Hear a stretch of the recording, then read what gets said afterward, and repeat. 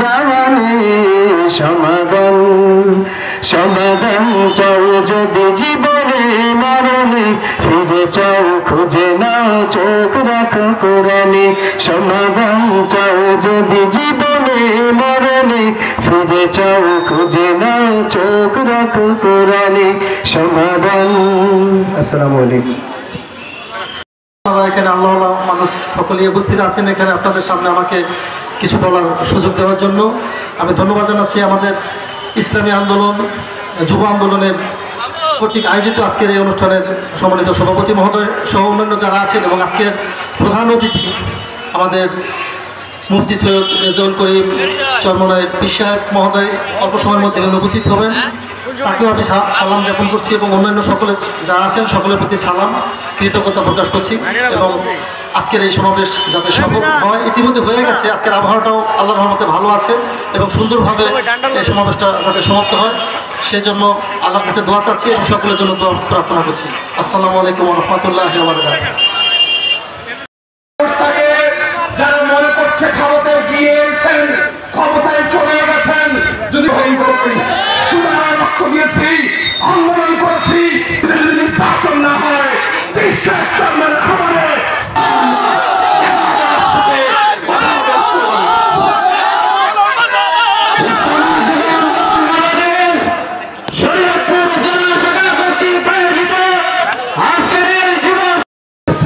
জন্য মতামতকে প্রতিষ্ঠা করবার জন্য একটি মাত্র পদ্ধতি, সেটি পিয়ার পদ্ধতির পক্ষ অবস্থান গ্রহণ করতে হবে। পিয়ার পদ্ধতির আওয়াজ 28 জুন বিশ্বের চরমে যখন ঐতিহাসিক সহযোগ আন্দোলনের মাধ্যমে বাংলার চেষ্টাশীলতা উত্থাপন করেছিল, ঠিক সেই সময় থেকে আরেক জায়গায় আগুন লেগে গিয়েছে। যারা দেশটাকে আমরা সুন্দরভাবে সোনার দেশ তৈরি করব, কিন্তু আমরা চরিত্রের সরকার তৈরি হয়। এই নির্বাচনের মাধ্যমে আমাদের দেশের টাকা বিদেশে পাচার হয়। গত 24 এবং 5 আগস্ট আপনারা যে গণঅভ্যুত্থান দেখেছেন, সেই গণঅভ্যুত্থানে সরকারের যে ভূমিমন্ত্রী ছিল তার একারই 3টা দেশের ভিতরে বাড়ির সন্ধান পাওয়া গেছে 620টার মতো বাড়ি, যার মূল্য প্রায় 5,700 কোটি টাকা। এই টাকাটি তার বাপ এবং দাদা রেখে গেছিল। এই টাকা আপনার আমার কষ্ট অর্জিত সম্পদ ক্ষমতার চেয়ারে বসে ওরা বিদেশে পাচার করে বিভিন্ন জায়গায় বেতন পাড়া তৈরি করেছে। আপনারা দেখেছেন যে এই দেশের ভিতরে আয়নাঘর তৈরি হয়েছে, জাহিলিয়াতের ইতিহাসকেও হার মানিয়েছে।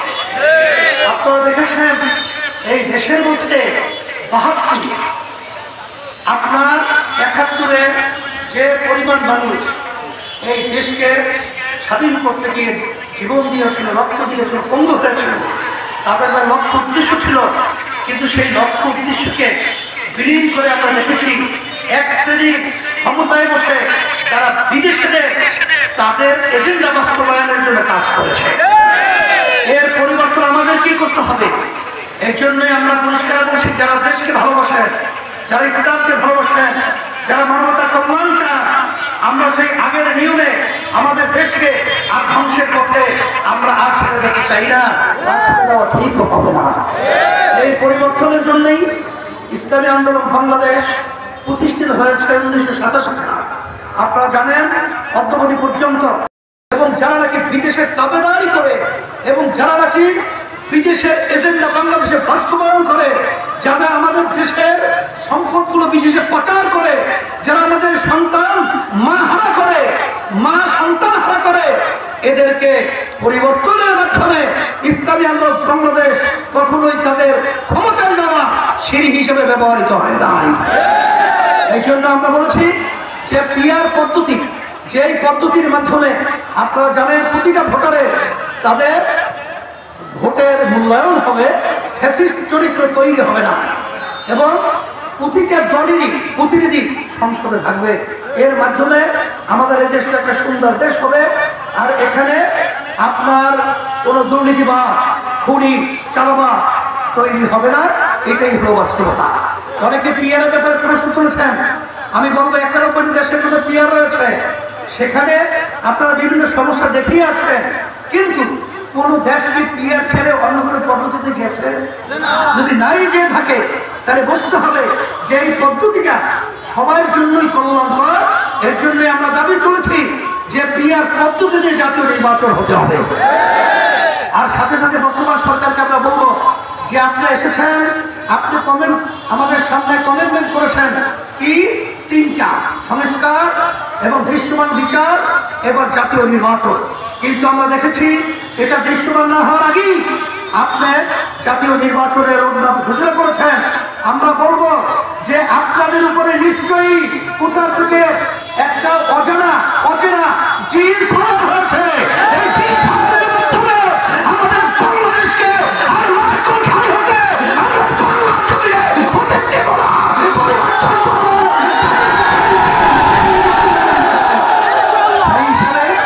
আমি সকলকে বলবো, আসেন যুব আন্দোলনকে বলবো, আমরা এই দেশে জন্মগ্রহণ করেছি, এদেশ আমার, এদেশের ভালো মন্দ চিন্তাভাবনা করার দায়িত্ব আমার। এখানে ফ্যাসিস্ট এবং চাঁদাবাজ এবং এখানে খুনিয়া আমাদেরকে আর কখনোই ক্ষমতায় যাওয়ার সিঁড়ি হিসাবে যেন আমাদেরকে ধোঁকা দিয়ে বোকা বানাতে না পারে, এই উদাত্ত আহ্বান জানিয়ে আমি আমার আলোচনা শেষ করছি। আপনাদের সকলকে ধন্যবাদ জানাচ্ছি।